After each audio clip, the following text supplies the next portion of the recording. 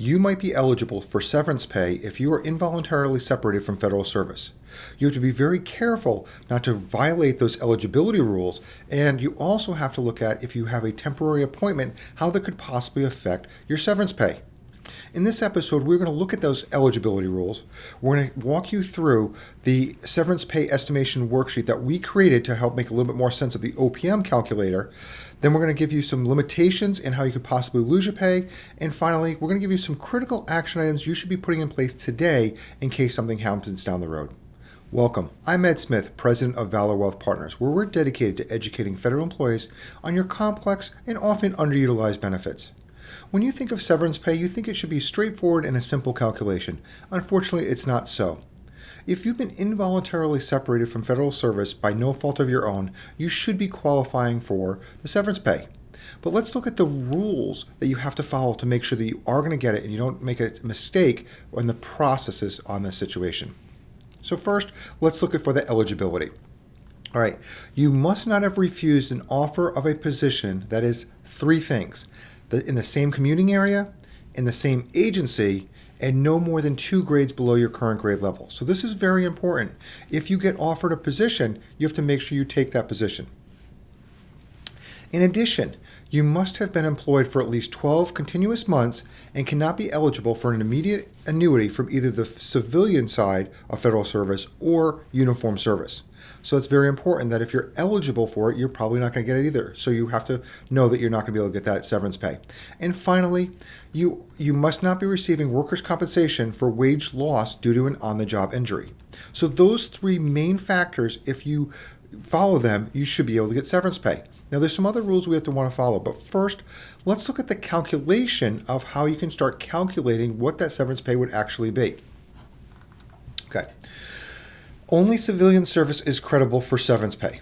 Now, here's the calculation. Entitled to 1 week's basic pay for each civilian service up through 10 years.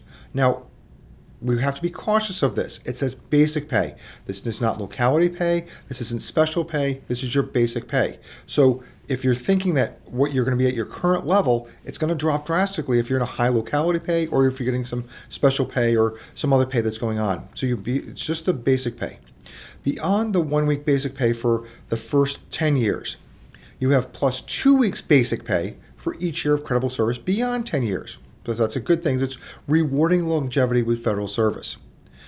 In addition, an age adjustment allowance of 2.5% is added for each full quarter of a year you are over 40 years of age. So now this is important on a couple different things.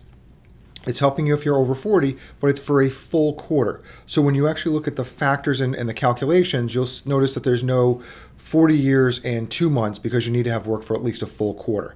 Okay, we're going to actually put this in the notes section, so if you want to see it a little bit more clear, you'll be able to see some of these specifics, both of the eligibility, but also the calculations. The other thing that we want to be able to look at is to be able to calculate this. There's a couple different ways to do it. OPM gives you a calculator that you can walk through and do the math by yourself. Again, a lot of disclaimers. OPM is specifically saying that this is only an estimate to try to get you in the ballpark of what your severance pay may be. To get an actual one, you need to go to your HR department and get an actual calculation from HR of what that severance pay would be based off of your situation. All right. The same thing with the calculators that we created. We created a couple different calculators for you based off of years of service. And so we'll be able to walk you through that in a little bit. But either one of them, they're both just estimates. Just try to find out roughly where you would be or what that severance pay would be. They are not going to be the exact amount you're going to be able to get. Okay. The OPM says that the actual calculation formula is somewhat more complicated and technical. So I don't know what they're putting in there, but they're giving this calculator that's based off of these things, and that's how we calculated ours. I want to go through a couple of disclaimers first before we get into actually walking you through this number of what you're going to be able to get. Okay, so again, the worksheets are intended to allow to figure the approximate value of the severance pay. The computation presumes that you were a full-time employee and that you have not previously received severance pay based on earlier involuntary separation. So it's very important. So again, it's full-time and that you have not received a severance pay before. Okay, we'll talk about that in a little bit more.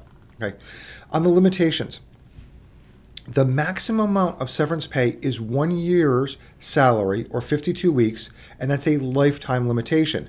So remember how I just talked about that they exclude any other pay that you've gotten severance pay before? So it's a lifetime limitation of 52 weeks of pay. So 1 year of pay on the base pay, not your full pay. Severance payments will be equal to your weekly pay at the time of separation and will be paid out at regular pay intervals, usually biweekly, until the severance pay is exhausted. So what this is saying is you're still going to get that base pay every week on that same 26-week pay period cycle. The only deductions made from severance pay are taxes, Social Security, if applicable, and Medicare. All right, so what's missing here? All right, when I looked at this, I was like, all right, so where are we missing on these different things? Obviously, it's a reduction in benefits because if you're getting locality or something else, but what's being taken out? There's no FEHB, there's no FEGLI, Federal Long-Term Care Insurance Program, TSP contributions, or annuity payments. So all of those are missing. There's probably other things that you might be having as well from your pay, but just to know that those are things that if you qualify for FEHB and FEGLI, again, Zubin just did a great video on FEHB. If you qualify for it, you're going to have to pay that out of pocket or some other different way. All right. If you don't qualify, it doesn't matter. All right. On the other side, on TSP and annuity payments, those aren't being taken out because you're no longer an employee. You are severed from the federal government, so you aren't going to be able to make contributions to TSP or getting the match, and obviously it's not going to accumulate more annuity time. All right, it's just a severance pay. It is not a continuation of pay. Okay, like the deferred resignation program, it was a continuation of work on that side. All right, now let's go and actually walk through the calculations that are there, and we have a couple different ways that we're going to be able to show you so it can be able to help you depending on what's best for you. Let's take a look at the calculator, the way that we built it. Now again, it's the OPM calculator. We just copied this, we formatted it a little bit so it can be helpful. If you really want to go through, use pen and paper to fill in these lines, you can. But basically what you're going to have to do is you're going to have to do all of the math yourself. We recommend you print this off because they don't fill into specific cells, and there's no calculations here. This is just the old school OPM form if you want to be able to do it. But let's look at what this calculator actually does.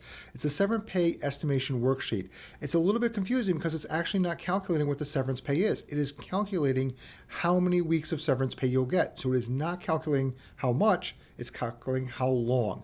And again, the number of weeks, not the number of payments. So that's a big thing to be able to look at on this calculator. So when we're looking at the overall thing, we have a couple of different calculators we created, one that's greater than 10, one that's less than 10 years, and then the age table and factors. Let's go and look at the greater of 10 years of service calculator and see what that actually does and how that is. So you'll see that there's a couple of blue lines. The first thing that we're at blue boxes, we're going to do the first is the annual rate of basic pay. We're going to use the GS12 step 5 as far as the number, which is $84,365. We put that in the box. It automatically pre-fills some stuff. Now we want to look at the years of service. Because you cannot have an immediate annuity be eligible, we want to be under that discontinued number, so which is 20. So we're going to look at 19 years to stay under that level. So we're going to use 19 years length of service. And again, that pre-fills out some more stuff. The next box or blue box that you have to fill in is if you're over 40, we use the age table and factors chart that we have down below. If you're under 40, you just add a number 1. So let's go to the age table and factors and we'll actually pull a number out. Look at 49 and say 7 months. We'll use a factor of 1.950. Again, staying under the discontinued service retirement just to keep everything simple. So we'll use a factor of that 1.950. All right. What this does is it gives us the adjusted severance pay. As you can see from all this calculation, there's an $88,286. But $84,365 is the maximum amount of severance payable under the 1 year, which again is the base pay for 1 year. We take the lesser of these two numbers, so we're going to use the maximum amount, the $84,365. We put that in, and we get 52 weeks of benefits. Now, one of the things that you have to look at is this is, again, looking at how many weeks you're going to get, not how many payments, and it is not changing the dollar amount of what you're going to get. That is still the estimated amount, which should be for anybody at that base pay. It's really just trying to calculate how many weeks that you're going to get of that base pay. It's a standard number, so it's not going to be able to change, but again, 52 weeks of payments, which is a full year, which again is that 32, 34 into that number. Now let's look at somebody that is under 10 years. Let's use the same example of GS12 Step 5, the 84,365. Now, we want to keep it under 10 years of service, so let's use 9 years here, 9 years of full length of service. Let's make this simple and just put a 1. Let's say you're under 40 years of age. And so now the adjusted severance payment is $14,553. All right, a lot smaller than the maximum you can have, so we're going to put the smaller number in, or the lesser number, $14,553, and that generates 9 weeks of estimated payments. Now, again, the dollar amount is still the same, the $3,234 as far as the other one on the 10 years. There is no change on that. Now that you've calculated an estimate of roughly what you'd be able to get, let's answer one big question that I'm sure a lot of you have. Can my severance pay stop? And the simple answer is yes, it can. All right, the easiest way or the most common way that would probably stop is if you are reemployed in a permanent position with the federal government or the District of Columbia, the severance payments would stop immediately. All right. In addition, there's 2 other ways that this could happen. They're both the same, but it's actually 2 different versions of this. And this is if you were to look at a temporary appointment. Now, if you are employed in the federal government on a temporary appointment after a break of more than 3 calendar days, severance pay will temporarily be suspended. When your temporary appointment ends, the agency will restart the unexpired portion of your severance pay. So you'll be able to come back and get the remainder of the calculation that you just did, or roughly in that estimate, and that would continue on until that is exhausted. So that's if it's more than 3 days. But what if it's less than 3 calendar days? So your boss is trying to help you out. They're saying, hey, we have this job. You're no longer here, but we'll give you this job. And you can start immediately going right into a temporary appointment and help you out. And you really want to be able to make sure that you're still there versus bringing you back after a period of time. So if you accept a temporary appointment with the federal government within 3 calendar days of separation and subsequently leave that temporary job on an involuntary basis, example, expiration of employment, so it would automatically be an involuntary separation unless you decided to leave, you are eligible for severance pay based on the separation from the temporary job. Now here's the kicker. Severance pay would be recalculated based on your rate of pay when you were separated from the temporary job. And this is where you need to be really careful. If that boss that's trying to help you out says, hey, we can't pay you at your same base rate, we're going to have to reduce you maybe down to 75% of that base rate. If you do that, you've actually just hurt yourself on your severance pay. Your severance pay would be reduced drastically because it's not the full base rate. Now, if by some magical situation they say, hey, we want to help you out and we can increase your base rate, then you would recalculate at a higher number. So this is something to be able to look at. If you're looking at taking a temporary appointment, you could actually win or lose if you get a temporary appointment within 3 calendar days or start within 3 calendar days. So be very careful on this. All right. Another big question that would mostly come along with can I lose severance pay is what happens if I get a corporate job or a job outside of the federal government and it has no relationship to your severance pay. So you can be collecting your severance pay and be working a full-time job or start a business or whatever you want to be able to do, and it has no effect. Again, not with the federal government or with the District of Columbia. All right. So that's just important to be able to look at on how it could possibly stop. Now, the immediate actions are things that we want you to be able to look at, things that we want to be doing. We've been doing this in almost every video, and 2 of them have stayed the same. Copy your entire electronic or official personnel folder or your EOPF. This is very critical. This is probably the number 1 thing we want you to have, so you have the backup of this information.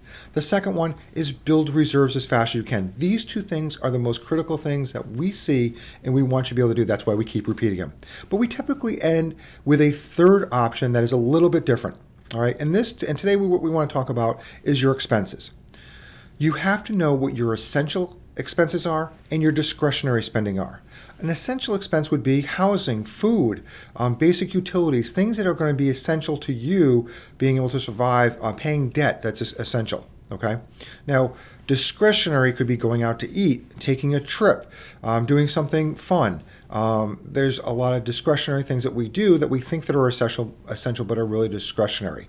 Okay, so you really want to have an idea of what your total spend is, those 2 combined, and then also just the essentials so you know what the bare bones, if you have no money coming in, how long can you possibly survive at the savings levels or reserves levels you have. These are very important things. So trying to calculate those are very important. We use a system that's called Monarch Money. We're not endorsed by them by any means, but we use them. They've been a really great resource to be able to calculate this. One of the big problems with Monarch is that it takes a while to calculate your past expenses, but it will look at your expenses over a period of time. But if you just start it now, you might be looking at 1 month expenses and you won't have a really good track record. And the reason why a good track record over time is important is because things happen. Car breaks down, something breaks down in the house, somebody needs something special. Maybe you're going out for school shopping for clothes for the kids, or whatever's going to be happening. All right, so you have to be able to solve those what ifs that come in on an irregular basis. A longer period of time will capture some of this versus just, oh, this is what my mortgage is, or this is what my rent is, that are very stable and you know what them are. So longer period of times help. So Monarch is really good when you can look at the longer period of time, but a lot of times when you're capturing all of those expenses, different companies put in different levels of time. So that's just a tool that we found that's been really good, especially since Mint went out of business, and Monarch is our choice. It's probably one of the best expense calculators out there. So if you take advantage of there, it does cost some money. Again, we don't want to be adding extra cost to you. You can obviously do just a simple calculation Excel spreadsheet or something like that for you as well. There's a lot of different options you can be able to do. Hopefully this information is helpful for you. Please keep those comments coming.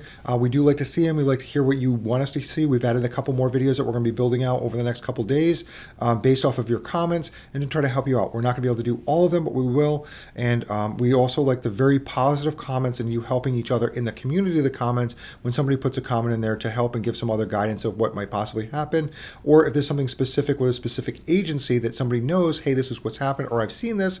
Sometimes we don't see that granular where we see sometimes what's happening over the overall federal government. While we do see some stuff from the agencies, we don't see every agency. So that's very helpful. Thank you very much for doing that. And again, if there's anything that we can be able to do, please put it in the comments. We'll try to do our best to help you out. Thank you, and we look forward to helping you in the next video.